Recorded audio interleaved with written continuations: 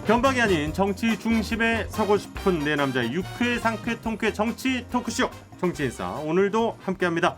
현근택 신장식 변호사 나오셨고요. 이준석 국민의힘 최고위원 함께합니다. 어서 오십시오. 네, 안녕하세요. 자, 김태훈 변호사는 또 방금 직전에 우리 이준석 전 최고위원과 스케줄 바톤 터치를 하고 좀 빨리 인터뷰를 마치시고 지금 이제 오고 계시고 있다고 합니다. 먼저 오프닝 토크 우리 셋이서 좀 진행을 하고 본격적인 이야기는 김태훈 변호사 오시면 또 함께 나누도록 하겠습니다. 사실 지난주에 우리가 이제 국민의힘 당명과 관련해서 이준석 전 최고가 너무 단호하게 저도 별로 마음에 안 듭니다. 솔직한 얘기를 해줘가지고 역시 우리 프로그램에서 또 이렇게 아주 솔직한 이야기를 해주시니까 지지난주였죠? 예, 지지난주에 또 그런 얘기를 해주셨는데 당색 초안이 나왔어요. 네, 그렇습니다. 빨강, 노랑, 파랑이라고 하는데 3원색. 예, 이게 사실 어떻게 쓸 건지는 저도 잘 모르겠습니다. 네, 이게 사실 여러 가지 베리에이션이 가능한 그런 어떤 형태로 이제 쓰려고 하는데. 네네. 먼저 현수막 한번 걸어봐야 되고요. 그렇죠. 선거 한번 띄워봐야 되고요. 좀 그 실전을 띄워봐야지 느낌이 와요. 그러니까 옛날에 우리가 이제 바른미래당 때 보면은 민트색 했었잖아요. 네, 민트색. 민트색이 분위기는 나쁘지 않거든요. 쓰기 이것저것.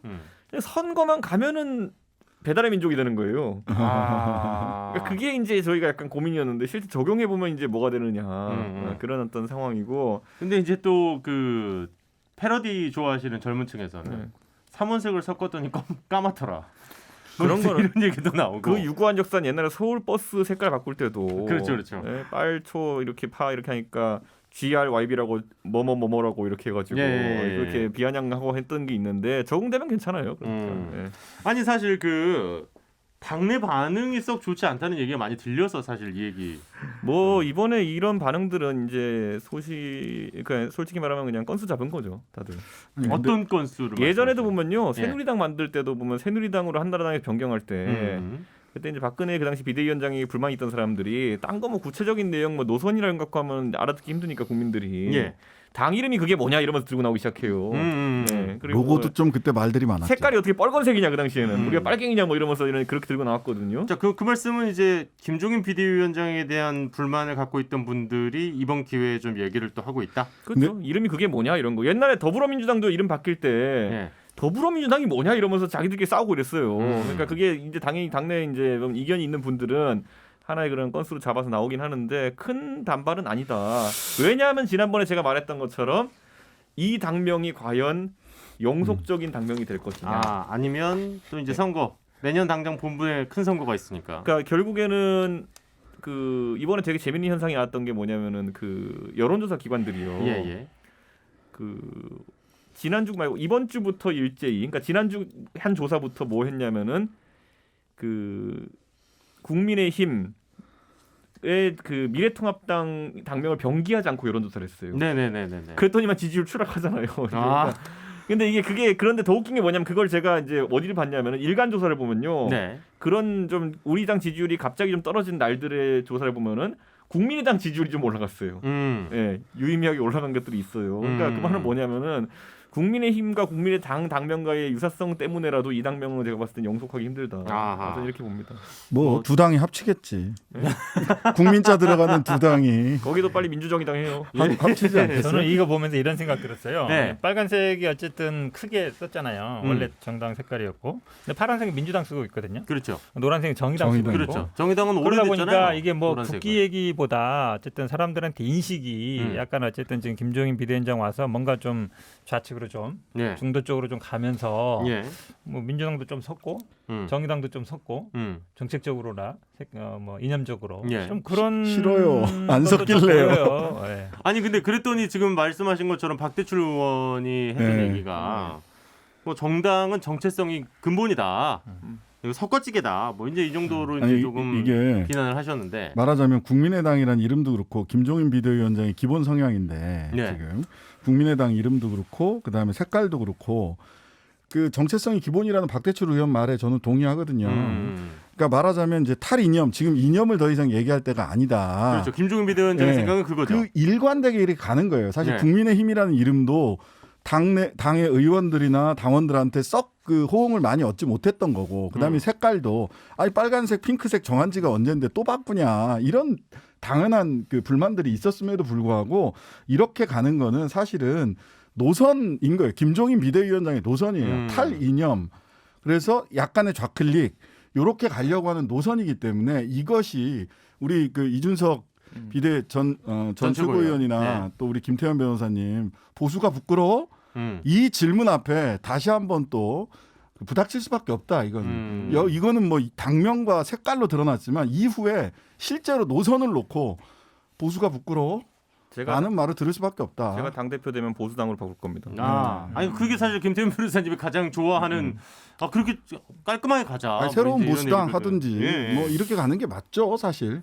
뭐 사실 그래서 전 정의당도 이름을 조금 더 노동당 뭐 이렇게 좀 분명하게 예. 자기 지지 기반을 호명하거나 예. 보통은 이념을 호명하거나 즉 사회민주당 뭐 이렇게 가거나 사민당. 아니면 노동당 이렇게 가거나 요즘은 이게 이제 기본적인 방침이거든요. 그래서 요즘은 정의당도 페미당 하면 될 것 같아. 페미당. 페미당. 뭔 소리야? 결과적으로 조금 지나고 나면 정체성을 가장 잘 드러내는 그런 거. 이야기들이 나올 수밖에 없다. 그리고 그렇게 좀 세팅돼서 국민들이 알아먹기 쉽게 되는 게 예. 낫다 이렇게 생각이 돼요. 사실. 결국은 이게 아마 당명 바꿀 때도 그렇고 이 정강정책 바꿀 때도 그렇고 이 당색을 바꿀 때도 그렇고 아마 이제 당원들의 결국 뜻이잖아요. 그렇죠. 그럼 한번 물어야 되거든요. 김종인 비대위원장 스타일이 그냥 정하면 되는 거예요, 그냥. 네. 그럼 이게 앞으로 예를 들어서 선거 과정이나 이럴 때도 보면 이게 문제 똑같이 나오거든요. 예. 어차피 당의 어떤 의사결정 구조라는 게 중요한데 사람을 뭐 뽑고 아니면 후보자를 선출할 때에도 똑같은 방식이 적용될 가능성이 있어서. 자, 그런데 그렇다면 탈이념으로 갈 거면 복당. 그것도 뭐 복당 원래 그 없다라는 걸 되게 강하게 얘기하셨지만 여기 있는 저를 포함한 5명은 언젠가는 복당을 하지 않겠는가? 뭐 사실 이거에 대해서는 사실 한석이 급하니까요. 근데 권성동 의원이 지금 복당을 신청을 했는데 오케이가 됐습니다. 그죠? 장제원 의원이 제일 좋아하대. 형 뭐 이러면서. 네. 그리고 그랬더니 바로 이제 지금 현재 무소속으로 남아 계신 분들이 김태호 의원 네. 그리고 홍준표 의원 네. 그리고 이제 윤상현 의원 이렇게 네. 이제 좀 거물급 정치 인사들이 있잖아요. 근데 김태호 의원도 바로 입당 원서를 제출을 했더라고요. 그러면서 이제 친정집이 안정됐으니 개별 복당하라는 시그널로 받아들였다. 이거에 대해서 저희 이준석 전 최고위원이 좀 얘기를 좀 해주셨으면 좋겠는데. 김종인 비대위원장 입장에서는 언젠간 받아야 된다고 생각할 거예요. 네. 그런데 이제 문제는 그 전까지 본인이 당내에 어쨌든 지대를 구축했느냐가 중요한 거거든요. 그분들이 들어와서 오만 가지 얘기를 다 해도 안 들릴 정도의 위치가 돼야 되는 거거든요. 예. 그분들이 지금까지는 들어오느냐 마느냐의 문제 때문에 약간 조용히 하고 있었던 것이고 그렇죠. 이제 들어오면 얘기 달라지는 거죠. 홍준표 대표라든지 아니면은 김태호 의원 같은 경우에는 대선 주자급으로 바로 분류가 되기 때문에 이분들은 선명한 메시지 거의 뭐 제가 봤을 땐 홍준표 대표나 이재명 지사나 뭐 내 생각에는 메시지 그런 소구력은 비슷하거든요. 예. 그렇기 때문에 저는 그런 정도의 상황이 전개됐을 때 김종인 비대위원장의 소위 본인이 가진 그립이 빠지는 것을 방어할 정도의 어떤 그 지대가 구축돼야 되는데 지금 솔직히 안 돼 있습니다. 그러면은 일단 김태호 의원이나 홍준표 전 대표는 복당을 당장 허용하지는 않을 거라고 보십니까? 저는 이번에 김태호 의원은 신청을 했거든요. 그러니까요. 그러니까 저는 사실 명분상으로는 김태호 의원이 크게 해당 행위를 한 건 없습니다. 그러니까 공천 문제 때문에 갈등을 좀 빚은 것 외에는 그렇기 때문에 그거는 뭐 가능하다 보는데 이제 홍준표 전 대표가 이제 쟁점이 될 것 같은 게 워낙 그분이 메시지 생산 능력, 그러니까 보수의 이재명이죠. 네. 이재명 의원이 굉장히 안 좋아하겠는데. 이재명 지사 입장에서는 도저히 받아들일 수 없겠습니다만은 진보의 홍준표가 이재명이고 보수의 이재명이 홍준표예요. 뭐 그거 뭐 서로 싫어할 게 뭐 있어요. 예, 그래요. 예. 근데 제가 봤을 때는 지금 시점에 그 어쨌든 대선 주자들이 필요한 시점이 되면은 근데 불러드려야 된다. 왜냐하면 지금 우리 당의 대선 주자들이 메시지 생산 능력이 약하기 때문에. 홍 대표 같이 뭐 동의하든 안 하든 간에 그런 어떤 고지전할 수 있는 분이 필요하거든요. 제가 보기엔 서울시장 선거 전에 홍준표 대표는 본인이 복당 신청을 하지도 않을 것이고 복당 신청을 만약 한다고 해도 서울시장 선거 전에 윤상현, 홍준표 두 사람을 받아들일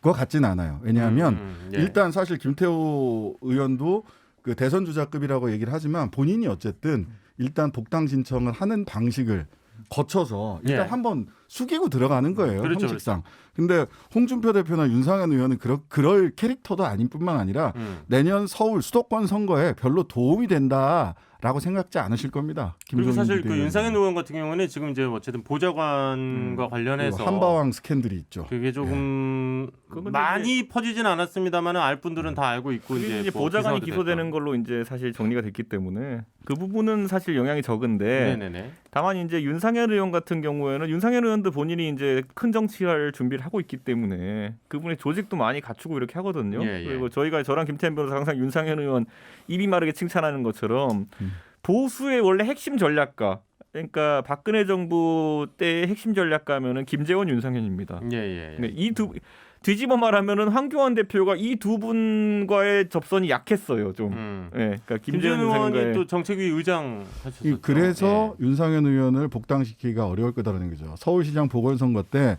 서울에서 특히나 서울 선거에서 친박의 핵심이다라고 하는 자기 상징성, 지금 생각이 어떻게 바뀌었는가와 관계없이 그렇죠. 친박 핵심이라는 상징성이 있고요. 윤상현 의원은. 그다음에 홍준표 의원은 수도권 젊은 사람들이 정말 싫어하는 막말 캐릭터가 있기 때문에 이 두 부분에 있어서는 나중에 대선 때는 원래 크게 판을 키우는 거야라고 하는 명분이 있을 수 있지만 서울시장 선거 때까지 일단 내년 봄까지는 두 사람을 받아들이기는 어려울 거다. 그런데 이제 저희가 그 사실 안타까운 게 있는 게 그러니까 수도권 다선 출신 정치인들이 지금 당내 별로 없다라는 거. 그러니까 홍준표 대표도 이제 사실 대구 출마하고 이러면서 지역 정치인 길을 걸으려고 했지만은 원래는 험지인 동대문구 3선을 했던 굉장히 그렇죠. 수도권형 정치인이에요. 네. 그리고 지금 윤상현 의원 같은 경우는 뭐 무소속으로 다 때려잡고 계속 이기고 있잖아요. 그렇죠. 그러니까 이게 약간 인천에서 뭐 지금 그러니까 결국 그거는 어쨌든 전략과 전술면에서는 이분들이 굉장히 또 해볼 만한 부분이 있는 거기 때문에 저는 서울시장이라는 큰 판을 앞두고 당이 역량 집중해야 되는데 제가 솔직히 말씀드릴게요. 이번 선거에서 총선 때 가장 아쉬웠던 점은 돌격대장이 없었다. 그 말은 선거 지휘관이 없었다라는 거거든요. 그런데 저는 그 부분을 좀 메울 인재 풀은 좀 필요하긴 하다 이런 생각을 합니다.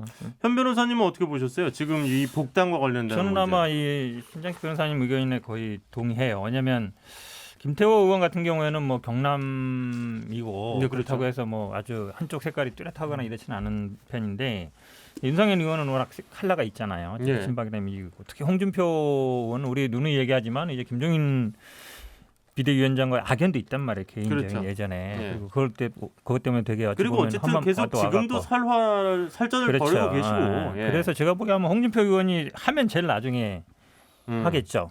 제가 보기에 뭐 당장 내년에 될 것 같지는 않고. 근데 민주당 입장에서는 오히려 낫다고 보는 거 아닙니까? 근데 사실은 이미 이제 거기 있던 의원이고 이렇기 때문에 분류는 되는 거죠. 그러니까 제가 보기엔 뭐 복당하냐 아냐가 어떤 정치적으로 큰 메시지는 것 같지는 않고요. 근데 당내 역학 구도. 그러면 일단 권성동 의원의 복당은 한석이 지금 급한 국민의힘 입장이 좀 들어간 거라고 보시는 거예요? 그럼요. 당연히. 왜냐하면 지금 근데 사실은 그 전에도 무소속이었지만 사실상 행보는 같이 해왔거든요. 그렇게 본다 그러면 이제 이 어떤 정치 구도상의 변화는 뭐 별로 없다고 봐요. 이미 같이 행동을 해왔거든요. 그렇죠. 그러니까 그 소속만 아니었는데 이제 그 소속을 옮긴 거다 정도로 평가를 하신 거군요. 예. 네, 정치인싸 함께 하고 계십니다. 자, 김태현 변호사님도 앞선 스케줄을 정말 부지런히 진짜 빨리 오셨네요. 거리가 있는데 고생하셨고요. 이제 네 분과 함께 본격적으로 오늘의 이야기 나눠보도록 하겠습니다. 자, 다음 주제 이야기 넘어가 보죠. 민주당이 윤리감 찰단을 띄웠습니다. 일단은 매번 뭘 새로 만들면 이름이 너무 어려워요. 뭐 하는 데예요, 여기는? 그러니까 일단 윤리감 찰단은 수사하는 데라고 문제가 있는 데를 감찰하겠다는 심판원은 건데. 뭐 법원이라 재판하는 데라 보면 되고요. 자, 그럼 1차 윤리감 찰단은 이제 조사해서 네. 뭐 윤리심판원에 올리는 그러니까 일단 검찰 같은 역할을 한다 보시면 됩니다. 당 내에서. 그 당 내에서. 네. 제가 오늘 조사 권한이 어느 정도 있습니까? 일단은 뭐 강제 수사권이 없겠죠, 당연히. 그렇죠. 근데 어쨌든 당내에서 당내 절차라는 게 기본적으로 보면 소환 불러서 조사하고 자료 제출하면 대부분 성실하게 응합니다. 왜냐하면 당 조사에 성실하게 응하지 않으면 불이익을 받거든요. 그렇죠. 그 불이익이라는 게 어쨌든 당직 정지라든지 아니면 당원권 정지라든지 일이 있기 때문에 강제 수사권은 없지만 다른데 그냥 일반적인 와서 하는 누가 물어보는 거랑은 좀 다르다. 좀 다르죠. 네. 왜냐하면 당에 어쨌든 그런 권한이 있기 때문에 그런 거에 대해서는 성실하게 조사가. 방금 전에 제가 장경태 의원이랑 방송하고 왔는데 예. 이게 뭡니까 그랬더니만 장경태 의원이 공수처 맛보기래요. 오버하다. 저는 이제 이건 뭐 사실 뭐 공수처와 비슷한 조직이라고 이제 얘기했는데 사실 그렇다면 저는 이거에 대해 가지고 선택적으로 또 이제 이걸 적용하는 것인가라는 비판할 수밖에 없는 게 저는 윤미향 의원 건이나 아니면 추미애 장관 그 당시 임명될 때 건이라든지 이런 것들은 그 당시에는 그냥 민주당에서 살살 보고 그냥 보증을 서줬거든요. 네. 우리가 봤을 때 문제가 없다. 그러니까 임명 강행한다. 아니면 뭐 아무 문제가 없은 것 같으니 검찰 조사를 기다리겠다 이랬거든요. 다 토스했거든요 검찰에. 지금 그런데 갑자기 김홍걸 의원이라든지 이상직 의원에 대해 가지고는 아니 만약 그 전에 대응대로라면 본인들이 살펴보고 쓱쓱 보고 문제 없다 한 다음에 검찰 넘기겠다 이래야 되는 것인데 이 사람들에게는 왜 다르게 적용하는 것인가. 물론 이낙연 대표가 취임하면서 뭐 그런 어떤 일련의 방식에 대해서 새로운 방식 시도해보자라는 걸로 전 이해합니다만은 지금 이제 김홍걸 의원 건 같은 경우에도 사실 이 건은 이미 검찰에 이제 고발이 들어가는 상태거든요. 그러니까 그 이런 상황 속에서 지금 그 재산 축소 신고 말씀하시는 그렇죠. 건가요? 늘상 그런데 하던 검찰을 지켜보자는 말을 왜 이 사람들은 적용 안 하는 것인가? 저는 궁금하고요. 만약에 이 방식이 정착되려 그러면요. 저는 추미애 장관 건이나 윤미향 의원 건이 이것보다 훨씬 더 중요한 사건이다. 그거부터 디벼라 이렇게 말씀드리고 싶습니다. 자 그렇다면 일단은 그 지금 재산 축소 신고와 관련해서 얘기를 해주셔서 김홍걸 의원은 일단 민주당에서는 윤리감찰단 뭐 일단 이런 걸로 이제 조사를 시작을 했는데 조수진 의원에 대해서는 국민의힘에서는 뭐 조사하는 게 있습니까? 이거야말로 제가 봤을 때 그냥 그 검찰에 갔기 때문에 저는 이거야말로 선거법 재판을 가게 되면은 검찰 아직 안 갔어요. 시민단체가 고발하겠다고 지금 하고 있는 상황이고 어차피 10월까지 고발을 할 거예요. 다들 제가 봤을 때는 그런 상황 속에서 저는 이게 어차피 선거법으로 가면은 사실관계는 명확하니까 10만 원이야, 30만 원이야, 50만 원이야 뭐 이런 문제로 가는 거거든요. 당선 취소가 되면 100만 원은 안 될 것 같고. 근데 이거야말로 진짜 당내 윤리 기구가 판단할 수 없는 거예요. 이거야말로 왜냐하면 누가 봐도 문제가 있어요. 김홍걸 의원도 문제가 있고 조수진 의원도 문제가 있어요. 그러면 박덕흠 의원은 어떻게 생각하세요? 그거는 제가 봤을 때는 당내에서 앞으로 이해충돌과 관련한 그 상임위 이분에 대해 가지고 상임위 배정하는 권한이란 건 당내 고유 권한이거든요. 그렇죠. 그렇기 때문에 그건 당내에서 상임위에서 이제 박덕흠 의원이 물러나겠다 했으니까. 그러니까 일단은 이거 잘 모르시는 분들은 짧게 정리하면 이제 국토위에 오래 계셨었는데 가족이 건설 회사를 여러 개를 하고 계시고 이제 거기에서 수주하신 게 이제 총액이 뭐 거의 1,000억 원 가까이 됐다. 뭐 이제 뭐 이런 얘기가 있었어요. 저는 여기서 그래서 저는 이거는 그런데 아까 말했듯이 윤리적인 문제에 해당하는 부분이고 그래서 앞으로 이분에 대해서 이분이 계속 국토위 하셨거든요. 그렇죠. 국토위 배정을 하지 않겠다 정도의 당의 처결 정도는 있을 수 있겠고요. 다만 이제 이게 그 수주받은 것들이 죄가 형성되느냐는 누군가가 그걸 시나리오를 만들어야 되는데 아직까지 죄가 형성되는 부분에 대해서는 뭐 시민단체라든지 아니면은 누군가 고발할 의사는 아직까지 안 보이거든요. 그러니까 저는 그게 나오면은 그 다음부터 법적인 문제는 박덕흠 의원 개인이 상대해야 될 부분이라고 봅니다. 이거는. 그래서 이제 박덕흠 의원은 결국 그 MBC 스트레이트 보도였죠. 요거 보도 나가고 국토위에서 환노위로 상임위로 옮기셨고요. 공교롭게도 그것도 제가 진행을 하고 있어가지고 안 그래도 봤어요 저도. 근데 이제 지금 이준석 전 최고가 짚어주신 것처럼 윤미향 의원은 빠졌습니다. 근데 이게 재판에 넘겨져서 그런 거예요? 아니면 당원권이 지금 정지가 됐으니까? 그렇죠. 이제 그 말씀처럼 이 윤리감찰단을 저희들이 만든 게 아마 지난번에 박원순 시장 전 시장 얘기 나왔을 때 만들겠다 한 것이고 그다음에 이낙연 대표가 아마 이 전당대회 과정에서 만들겠다고 해서 만든 거거든요. 그러니까 윤미향 의원 같은 경우에는 그 전의 일이고 그래서 이제 아마 기소되면서 지난번에 아마 기억하시겠지만 이재명 지사도 기소되면서 이렇게 했어요. 당원권 정지면 당직 정지했다가 나중에 어쨌든 소송이 끝나고 완전 종결된 건 아닌데 이제 무죄 취지로 확인되면서 이제 복권된 거라 이제 그런 수순은 어느 정도 당에서 정리된 것 같고요. 지금 그 결국 김홍걸 의원은 비례대표고 이상직 의원은 지역구인데 뭐 개인적으로는 물론 김홍걸 의원은 약간 뭐 해명되는 것도 있어요. 분양권 같은 거 보니까 2월 달에 매각했는데 재산 신고 기준은 작년 말이었고 올해 4월에 하다 보니까 이제 약간 누락된 것 같은데 이상직 의원 같은 경우에는 뭐 아침에도 말씀했습니다만 이걸로 인한 이제 피해자들이 되게 많거든요. 그렇죠, 김홍걸 의원이 재산 신고 잘못한 거는 이제 본인의 어떤 개인적인 윤리 도덕적인 문제라지만 이상직 의원은 창업주죠. 그렇죠. 창업주기도 하고 이로 인해서 뭐 조종사들 아니면 분들 되게 그러니까 저도 안타깝게 생각하는 게 그 고용보험 5억을 안 내서 이 많은 분들이 실업보험이라든지 정부의 어떤 고용 안정 지원 자금 이런 걸 못 받는다는 거 아니에요. 그런 건 제가 보기에 좀 어느 정도 해결을 했어야 되는데 좀 제가 봐도 이로 인한 피해가 너무 커요. 저는 그래서 이상직 의원 문제가 더 당에서는 더 중요한 문제고도 심각합니다. 이 보면 이 인사 검증이라는 게 있잖아요. 여기는 이제 굉장히 정무적 고려가 많이 들어갈 수밖에 없어요. 그렇죠. 사전에 의원들 그 누구를 후보로 공천한다든지 또는 무슨 뭐 장관을 추천을 한다든지 뭐 이렇게 할 때는 정무적 고려를 이렇게 해서 국민들의 민심을 얻을 수 있겠다. 이건 위법하지는 않지만 국민들의 감정선을 건드리는 문제이기 때문에 안 되겠다라든지. 그러니까 인사 검증은 정무적 고려가 굉장히 중요하고 그다음에 윤리감찰이라는 것은 이미 저질러진 일에 대해서 당이 어떻게 그 법적 책임까지 가야 되는 거냐.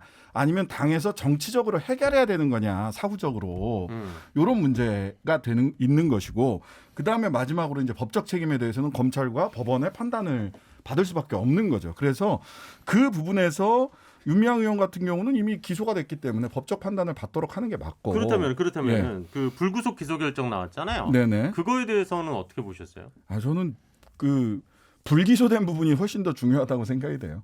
언론에서 다뤄졌던 문제가 됐던 예. 여러 가지 부분들 중에서 하나 남은 건 그거야. 그 안성쉼터 비싸게 샀다. 그거 말고는 사실은 굉장히 이제 개인적으로 1억 35만 원 개인적으로 횡령했다라고 하는 부분들은 본인이 공소장 보고 이거 왜 해명 안 하세요? 하고 솔직히 물어보니까 공소장 보고 증거 보고 해명할 수 있는 부분을 충분히 해명하겠다 이런 태도예요. 그러니까 그거는 기다려보면 될 문제고 예. 나머지는 사실은 굉장히 절차상 행정상의 문제들이다라는 생각이 들고요. 다시 돌아가서 예. 저는 그 정무적 고려가 들어가는 인사 검증을 해야 되는데 실은 조수진 의원이나 또는 윤미향 의원이나 또는 김홍걸 의원이나 이분들이 다 어디 출신이냐면 위성정당 출신이에요. 위성비례정당. 근데 이 정무적 고려는 고사하고 어찌 보면 가장 기본적인 그 팩트 체크를 하는 기능 자체가 그때 너무 급하게 만들어져다 보니 그때 무슨 미래 지금 위성정당 이름도 막 헷갈리는데 미래한국당 더불어시민당 이런 쪽에서 예, 가물가물하시죠. 그런 정당이 있었나? 저 얼마 안 됐는데 벌써 그렇네요. 한국 정치의 코미디죠. 그러니까 그런 쪽에서 당직자들이나 이런 사람들이 제대로 실무 인력이 있고 그다음에 이분들도 조금 오랫동안 검증의 과정, 당원들에게도 검증받고 시민들에게도 검증받고 이런 게 아니라 뭐 아니할 말로 2시간 만에 저 할랍니다 해가지고 들어오신 분도 계시거든요. 생각해봐라. 2시간 줄게. 네 할랍니다. 이게 딱 2시간 걸렸다는 분도 계세요. 가자 환경당 이런 것들. 그러다 보니까 페트병 실은 그 비례위성정당이라는 코미디가 불러온 또 한편에 참 국민들로서는 답답한 비극이다. 거죠. 네. 예, 비극이죠. 앞으로 이런 일이 있으면 안 돼요. 아니 그렇게 저렇게 당했으면 민주당을 때려야지 왜 우리를 때리냐고요. 뭘 때려? 아니, 둘 다 지금 얘기하고 있잖아. 아니 그러니까 저는 그 위성정당 문제 같은 경우에는 이번에 솔직히 민주당 같은 경우에는 3명의 의원이 지금까지 문제가 됐어요. 크게. 예. 김홍걸 그리고 양정숙 그다음에 윤미향 이렇게 문제가 됐잖아요. 양정숙 당선인도 상당히 좀 시끄러웠죠. 그러니까 예. 이 세 분이 문제되는데 사실 민주당은 우리보다 이제 비례 중에서 예를 들어 기본소득당이라든지 아니면 시대정신 저쪽에 두석을 할애했기 때문에 민주당이 가진 의석이 적은데 그 중에서 무려 3명이나 문제가 됐단 말이에요. 예. 그렇다면은 저는 이건 신장식 변호사 말처럼 선거법을 앞으로 이런 일이 발생하지 않도록 이런 방향으로 개정하겠다 정도의 어쨌든 의사 표시는 있어야 된다 앞으로. 그리고 지난번에 했던 선거법 개정 그리고 그것을 적용하는 과정에서의 어쨌든 행동에 대해 가지고 사과하고 넘어가야 된다. 근데 양국당 다 처음 만든 거는 그쪽이었잖아요. 예? 그러니까 왜 남 얘기하도 쑥 빠져. 동의하지 않았기 때문에 그 미래 제가 얘기 안 하려고 미래통합당 그랬는데 같은 얘기하시니까 하는데 사실은 우리 쪽에서는 되게 급했어요. 만드는 것도 급했고 늦게 출발했어요. 한참 늦게 이게 사실 우리 총선 앞에서 이 얘기를 진짜 계속 우리가 여러 번 하다가 했었어요. 사실은 이제 우리 5명이서. 거의 막판에 가서 했거든요. 네. 물론 뭐 그렇다고 해서 정당화되는 건 아니지만 그러다 보니까 이제 어찌 보면 검증이 좀 소홀하지 않았나 이런 부분은 분명히 있는 것 이거는 같아요. 약간 아주 솔직한 자기 반성 같은 왜 그러냐면 남 얘기하다 빠지지 마. 양쪽 그 다 당시에 또. 시간상 윤리감찰단 2호 가고 싶어서 그런 거야. 시간상 아니 그건 아니고요. 시간상 그때 사실은 굉장히 급했고 그다음에 그 실무를 하시는 분들이나 이런 분들이 어찌 보면 이게 뭐 지금 조수진 의원도 굉장히 급했다 그랬는데 저희들은 그거보다 훨씬 더 늦었거든요. 예. 그러다 보니까 이제 못한 것 같은데 저도 사실은 지금 지적처럼 위성정당이 해도 되겠어요? 안 되죠. 당연히 안 된다고 봐요. 그래서 다음에는 아마 이런 형태의 선거는 안 했으면 좋겠다. 저도 그렇게 봅니다. 김태훈 변호사님? 저는 오늘의 주제인 김홍걸 이상직 이 두 사람 중에 저희 오늘의 당에는 KHG 김홍걸 의원이다. 네. 지난주에도 했잖아. 했어요? 내가 조수진 자기가 김홍걸 이렇게 했잖아. 그렇구나. 방송 출연 너무 많이 하는 거 아니에요? 지난주에 했구나. 왜 예전에도 한 번 했었어? 나는 이 사람은 왜 배지를 달아야 되는지 모르겠다고. 그 얘기는 여기서도 하셨어요. 예전에 비례 처음 공천 주고. 네, 맞아요. 하셨어요. 근데 예. 오늘 이제 보니까 재밌는 페이스북에 김한정 의원이 글을 쓰셨더라고요. 그분이 이제 DJ 네. 굉장히 의미가 있는 얘기입니다. 이거. 내가 김원거를 만나러 갔다. 네. 가장 이거예요. 기다리면 피할 수 있는 소나기가 아니다. 김원걸 의원이 결단을 내리기 바란다. 근데 김한정 의원이 누구냐? 예전에 최규선 게이트 때문에 36억 받았을 때 미국 가 있었잖아요. 김원걸 당시 김원걸 씨가 당시는 당신의 저 DJ의 공보비서였던 이 김한정 비서가 갔다는 거예요. 미국에 가서. 그렇죠. 만나서 어떻게 된 거냐? 그랬더니 당시에 저 김원걸 씨가 당신 씨니까 받았다. 액수는 차이가 있지만 받은 것은 사실이다. 청탁가 들어줄 일 없다. 시인했다는 거예요. 김한정 의원은 뭐라고 그랬냐? 보고를 받은 대통령님의 낙담과 충격의 모습 아직도 잊지 못한다. 속이 터진 여사님은 눈물로 보였다. 그리고 2016년에 민주당 입당하세요. 국민의당 가지 말고. 라고 얘기했던 건도 김한정 의원이라는 거예요. 가장 친한 사람. 어떻게 보면 가장 친한 사람이고 돌봐줬던 사람이고 네. 김원걸 의원의 가장 치부를 잘 알고 있는 사람입니다. 그런데 그런 사람이 지금 기다리면 피할 수 있는 소나기가 아니다.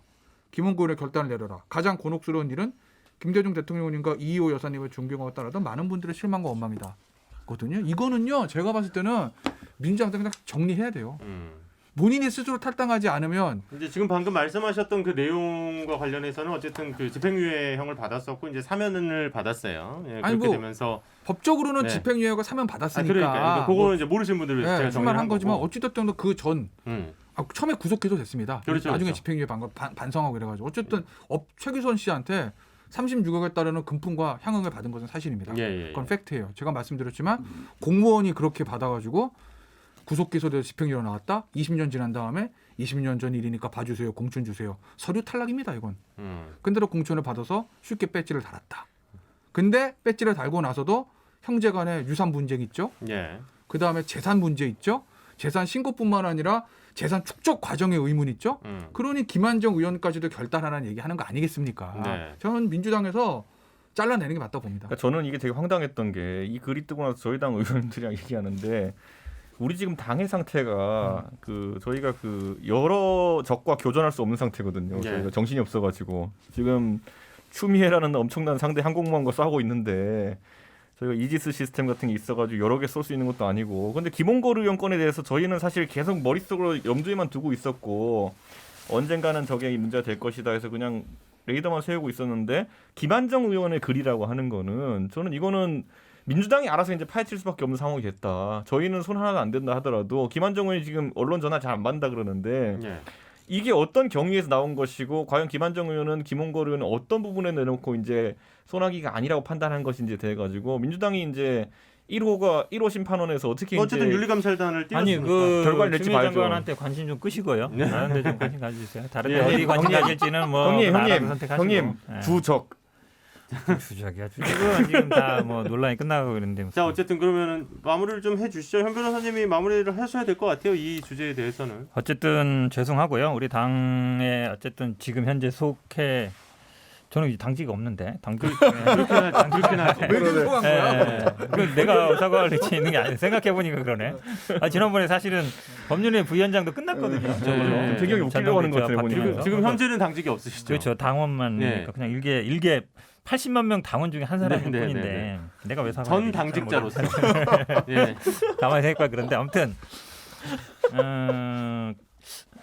저는 이런 어떤 윤리 도덕 문제도 있지만 저는 뭐 약자들의 문제라든지 저도 사실은 이 김원걸 의원 형제간의 이 재산 싸움 하는 거 보고 참 그래요. 왜냐하면 그 법의 문제가 아니거든요. 국민들이 보기에는 그 사저라든지 아니면 월평화상 상금 국가 거라고 봐야지 않은 개인 사회적인 것이지 개인 건 아니거든요. 그러니까 그런 걸로 형제간에 그 서류 써놓은 게 그게 법적으로 요건이 되냐 안 되냐 싸운다. 이게 사실은 일반인들도 그러면 굉장히 뭐라 해요. 그렇죠. 근데 이제 대통령 김대중 대통령 이호 여사의 아들 이런 분들이 한다는 게 참 민망하고요. 그다음에 이상직 의원도 일단 본인이 재산이 좀 있고 돈이 있고 지금 뭐 나는 빠졌다 하지만 이게 다 알잖아요. 이분이 만든 거를 알면 좀 그 지금 해직되고 그다음에 갈데 없는 사람들을 위해서 그래도 좀 최소한의 성의라도 좀 표현해 줬으면 좋겠다는 생각 들어요. 그러니까 이것도 법의 문제는 아니거든요. 그렇죠. 그분들이 원하는 것도 좀 나서서 해결해라. 뭐 재산을 다 내놓는 게 아니잖아요. 우리가 막 삼성이나 현대 문제 됐을 때도 국민들이 뭐 재산 다 내놓으라 이건 아니거든요. 그럼 좀 성의 표시라도 해라. 라는데 지금 뭐 나는 지금 경영자가 아니어서 모르겠다. 이거는 좀 아닌 것 같아요. 제가 보래도 조금 그래도 그 사람들 만나기도 하고 얼마라도 좀 뭐 기여라든지 한다든지 제가 뭐 구체적인 방법은 못 드리겠지만 그래도 좀 성의 표시가 노력하는 필요하다. 모습을. 그런 건 필요하다고 봐요. 네. 추미애 장관이 좀 노력하는 모습을 노력하고 있죠, 당연히. 정무적으로 정치적인 자, 모습을. 아니 정치적으로 그거는 하죠. 양쪽 다 노력하고 계시니까 그냥 알아서들 계속 싸우시고요. 자, 좀 염주화를 여러 개 있는 걸로 다시 한번. 예. 아니면 염주화를 좀 큰 걸로. 예. 자, 일단은 오늘 여러 가지 이야기를 또 이제 나눠봤습니다. 근데 지금 계속해서 어쨌든 말 나오고 있는 거는 재산 축소 신고와 관련해서는 계속해서 얘기가 나오고 있는 거거든요. 그래서 그냥 제 입장에서는 진짜 모든 국회의원들 300명 다 전수조사하자. 그래서 뭐 문재인은 사실 전수조사 결과는 이미 나왔죠. 그래서 뭐 시민단체에서는 뭐 이제 그걸 보고 이제 고발을 하겠다 뭐 이제 이런 분들도 나오고 있는데 진짜 문제 있는 분들은 진짜 전수조사하려면요. 그 아들들이나 그 군대 문제 있잖아요. 네. 싹 조사해보면 돼요. 어디에서 배치받아서 어디로 가는지 싹 조사하면 아마 재밌는 게 많이 나올 거예요. 형님 요즘 그런 거 캐고 있구나. 아니 그런 건 안 하고 있고 근데 능력이 없어 능력이. 근데 아마 다 조사해보면 제가 아마 괜한 얘기를 재밌는 게 했네요. 나올 자, 거예요. 다음 주에 또 이 시간에 만나서 또 일주일 동안 있었던 이야기 함께 나눠보도록 하겠습니다. 오늘 김태현 신장식 현근택 변호사 그리고 이준석 전 최고위원 함께했습니다. 네 분 고맙습니다. 고맙습니다. 네, 감사합니다.